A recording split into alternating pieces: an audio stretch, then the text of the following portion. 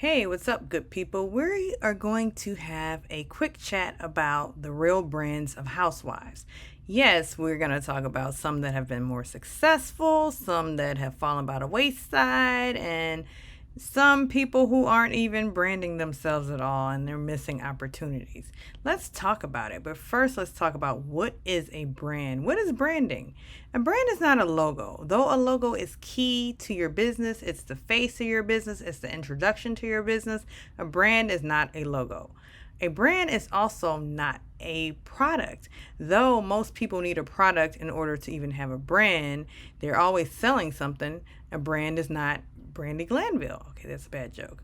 A brand is a result. It's a person's gut feeling about a product, service, or company. It's in their heads and in their hearts. A brand is your reputation. So let's talk about the housewives. So you can't talk about brands in the Housewives without mentioning Bethany Frankel. She made out like a fat cat. Oh, okay, more like a skinny girl. Because Bethany is the bar. She is the absolute bar of branding yourself and creating a product and selling millions and millions and millions. She's so successful that Bravo had to create a clause so that other housewives will have to pay up if they're going to advertise their brands on the channel. And going back to branding being in the heads and hearts of consumers, Bethany did that very well early on. Before she even had a bottle or a real true brand, she was ordering in different scenes of the show skinny margaritas. Like, can I have a skinny girl? Skinny margarita? Can I have a skinny margarita? So she created an allure to the point where people, when it finally came out, everybody wanted to taste this skinny margarita. And it was trash, everybody. It was pure trash. But the brand lives on. And one thing I admire about Bethany is she got on the show with a mission. She didn't have money at all. She was actually one of the poorest housewives. So she had a mission and she created her brand and it grew and she left the show. And then she came back. I feel like she came back when, there's a little lull of interest in Skinny Girl. So let me go back to reality TV.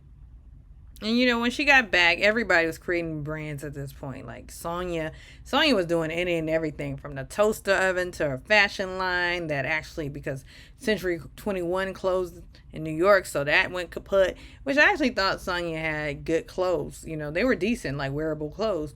And then, Ramona had a Ramona wine because she was always drinking Pinot Grigio.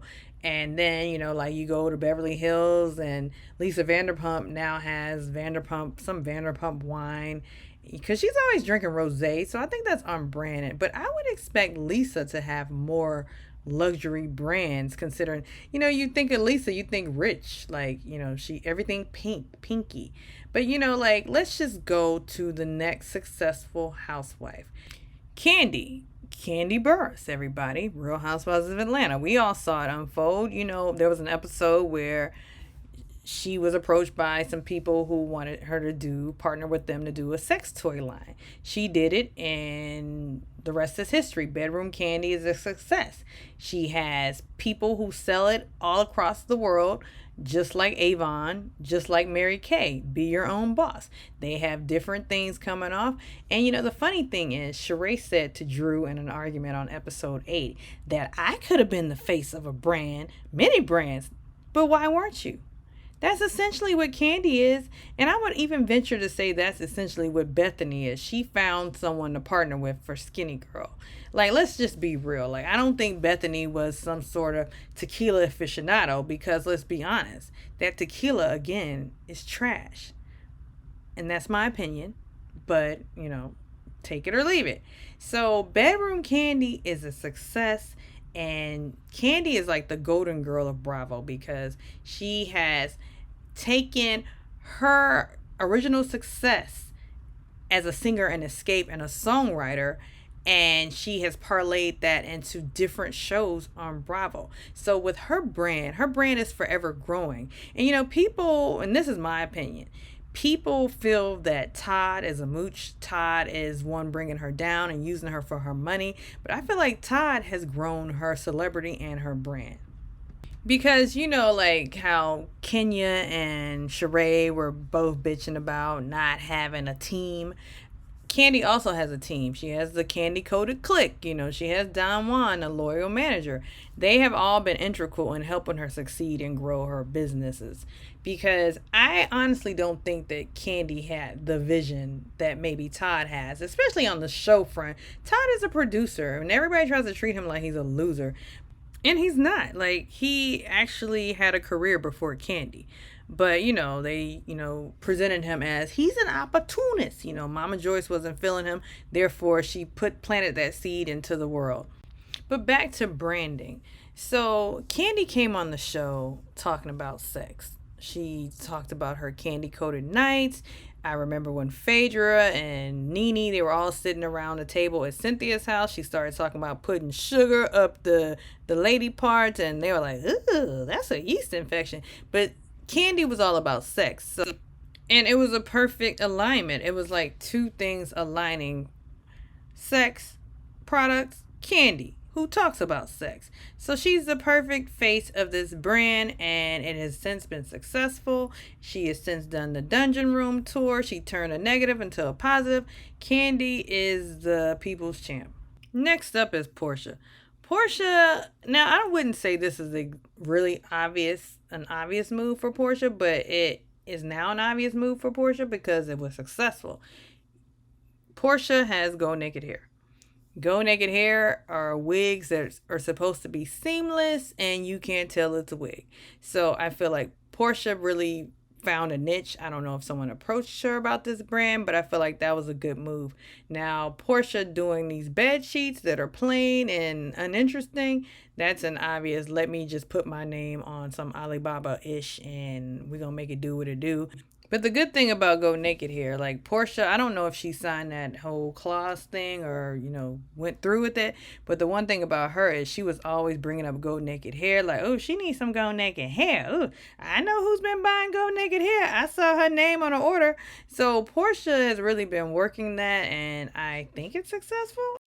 And speaking of success or lack thereof success, Kenya Moore Hair Care, who is Portia's arch nemesis, everybody. But like, why isn't Kenya Moore Hair Care on the level of a Shea Moisture? Like, yeah, I know they don't have the volumes. They don't have, Shea Moisture has now been bought out. So maybe that's not a good example. But why isn't it on the level? Like, why don't we see Kenya Moore Hair Care in Target? Why, it's in Sally's, but to be honest, just from my past experience, I think Sally's is an easy store to get into. And are you in all of the Sally's? That's the big question. I feel like, and at least in my mind, I feel like when Shamia opened that bottle and it was water, she just basically made Kenya seem like a fraud. So I don't know if Kenya really truly has her act together because she was complaining that she was a team of one, which again, I said in my other video, I don't believe that's true because I know she has a manager. She has to have a manager. She probably has an agent. I know she has someone working on brand deals for her. She has to have. So like, why isn't Kenya Moore Hair Care a success? Like, just from the looks of this picture that I pulled from Instagram, it's obvious a prototype mock-up. These aren't actual bottles. These are mock-ups that were done in Photoshop. So like, are you really on the shelves? Like, what are you really doing with this brand, Kenya Moore? This should be an obvious success because you are all about your hair. But even in this picture, you're not wearing all your hair. And I know I've done many hair ads that there's retouching involved, and so she shouldn't be held to the cross about that. But at the same time, Kenya Moore, you should be more successful at this point with your brand. It's been at least 5 years. Now this brings me to housewives who create these brands that might not necessarily be the best fit for them. And they may have their packaging down, their logo down, everything may be solid, but it just doesn't take on, like saying that, and it pains me to say this because Karen Huger is like my second favorite housewife of all time. Nene being the first. I know people hate Nene, but it is what it is. Nene's the best. But Karen Huger came out with La Dame and she said some story about it being something about her grandmother or something. I don't know. But here's the thing. I ordered La Dame one year as almost a practical joke for my mom, and we smelled it, and let me just say, it smelled like Old Lady. And if you know what Old Lady smells like, you know what I'm talking about. It was the strongest, cheapest scent. that an old lady would wear. It was like the knockoffs of Chanel number 5. And that's all that I could say about La Dame. But the thing is, when housewives keep jumping brands, you can't ever really trust the brand, because it's like you're in one lane selling candles and perfume. The next thing you know, you're selling wigs. And then it's like, Karen, you had one of the most infamous scenes where your wig was twisted, and now you want to sell wigs? No, that's not for you, Karen. Wigs are not for you. Although your wigs have gotten better, I just don't think that's right. And then it's like, you are not true to anything. You'll sell anything, like Lisa Rinna. Now, what is Lisa's brand? We don't even know. Like, I don't know who Lisa is. I know Lisa had a boutique. I know she sold the pins. I know she's had a QVC channel or selling clothes. But I really don't know what Lisa's brand is besides that dated hairstyle. Like, that's all I can really attribute to Lisa Rinna and those big lips and being fit over 50. Like, Lisa Rinna should be selling that body, if nothing else. And I don't mean prostitution, everybody. I mean, she should be in that lane of selling clothes for women or selling health stuff, whatever. Those 20 pills she used to take, she should be selling one of them. And speaking of like selling health and fitness and wellness, Sheree Whitfield apparently on her website says she's Sheree Whitfield Fitness, Wellness, and Lifestyle. But this is a She by Sheree's website, which actually has some samples on there, and it's obvious that Sheree found somebody who could sell her samples. And like, it's not my style of fashion, but it definitely looks like it was cheaply done. But it's obviously her vision for joggers. But that leads me to the question. Now, if you watch Real Housewives of Beverly Hills, you will know that Kyle has a clothing line. But Kyle partnered with an established designer, and so Kyle is just a face, like Candy, like other people in their brands, of this lady's brand. They came together. You have something I need, and you have something I need, which is celebrity that Kyle has. So I think Sheree should have done something like that early on. Like, I don't know if those opportunities came to her or not, but it's taken way too long for the She by Sheree brand to come out, and it's still not out. And like I said in my last video, like, does Sheree know how to start a project and finish it? Or does Sheree just want to be a lady of leisure? I mean, I want to be a lady of leisure. I say that. Like, so if that's what you want, own it. But stop fool-la-lying with us and making us believe that you want to do fashion when you really just don't. Or you just don't have the resources to do it, because fashion is expensive. Doing a fashion line is expensive. Now let me get on Sheree's logo for She by Sheree. That looks like superhero realness. Like, it looks like somebody hand drew it and then put it in Illustrator and made a vector art out of it. I don't think that's the way. I thought Sheree was, somewhat classy, if you will. More so classic, if you will.